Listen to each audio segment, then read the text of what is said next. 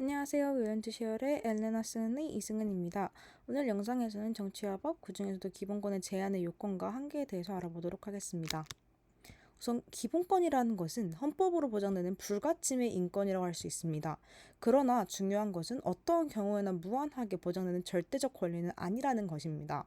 때문에 어떠한 사람의 예를 들어서 기본적 행사가 다른 사람의 기본권을 침해하거나 혹은 공동체의 이익을 훼손할 때 그럴 때 국가는 국민의 기본권을 제한할 수 있습니다.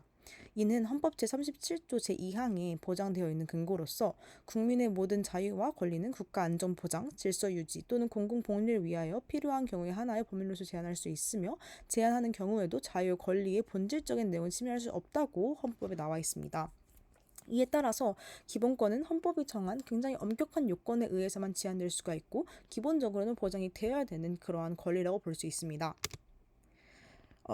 조금 자세히 알아보자면 기본권은 국가 안정 보장, 질서 유지, 공공 본리를 위한 목적 이외에는 제한할 수 없다고 또한 얘기를 할 수가 있는데 예를 들어서 이 각각에 해당되는 사례를 본다면 도로교통법과 같은 경우에는 사회 질서 유지를 목적으로 개인의 기본권을 제한할 수 있다고 나와 있는 경우이고 또 개발 제한 구역의 지정 및 관리에 관한 특별조치법을 보면 무분별한 개발 제한, 또 쾌적한 환경의 유지와 같은 공공 복리를 위해서 개인의 기본권을 제한한 이런 사례라고 볼 수 있습니다. 그리고 또 중요한 것은 기본권의 제한은 국민의 대표기관인 국회가 제정한 법률을 통해서만 가능하다는 것인데 다시 말해서 법률의 근거가 없거나 위임 없이 명령, 조례 혹은 규칙 등을 통해서 제한할 수 없다는 점이 굉장히 중요합니다. 더불어서 과잉 금지 원칙에 따라서 목적의 정당성, 법의 균형성, 방법의 적절성, 피해 최소성 등을 준수하여서 제한을 해야 되는데 각각을 살펴보자면 목적의 정당성은 국민의 기본권을 제한하려는 입법 목적의 정당성이 인정되어야 되고 법의 균형성은 입법으로 보호하려는 공익과 침해되는 사익을 비교했었을 때 보호되는 공익이 훨씬 더 커야지만 이 사익을 침해할 수 있고 이를 제한할 수 있다는 점이고 방법의 적절성은 기본권 제한의 목적을 위해서 방법이 효과적이고 적절해야 한다는 것이고 피해 최소성은 이 기본권 제한으로 인한 피해는 최소 한도에 그쳐야 된다는 이 네 가지 원칙을 준수를 하여서 기본권이 제한된다고 이해하시면 될 것 같습니다.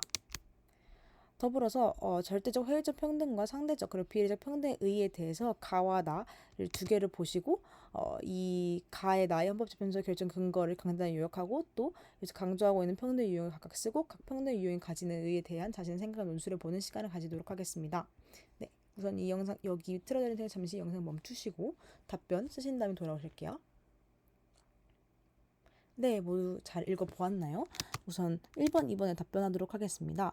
예시 답안인데 가는 출퇴근 시 사고가 났었을 때 사업주가 제공한 교통수단을 이용하지 않는 그러한 비혜택 근로자는 업무상 재해로 인정하지 않는 사례였습니다. 하지만 이러한 사례는 합리적인 이유 없이 비혜택 근로자를 차별하는 것이기 때문에 헌법상의 평등 원칙에 어긋난다고 보았던 것이 헌법재판소의 결정 근거였고 나와 같은 경우에는 대학 교원의 정년을 초중등 교원의 정년보다 3년 높은 65세로 책정한 것은 합리적 근거에 기초한 것이므로 초중등 교원의 그런 평등권을 침해한 것이 아니라고 보한 그런 결정 근거였습니다.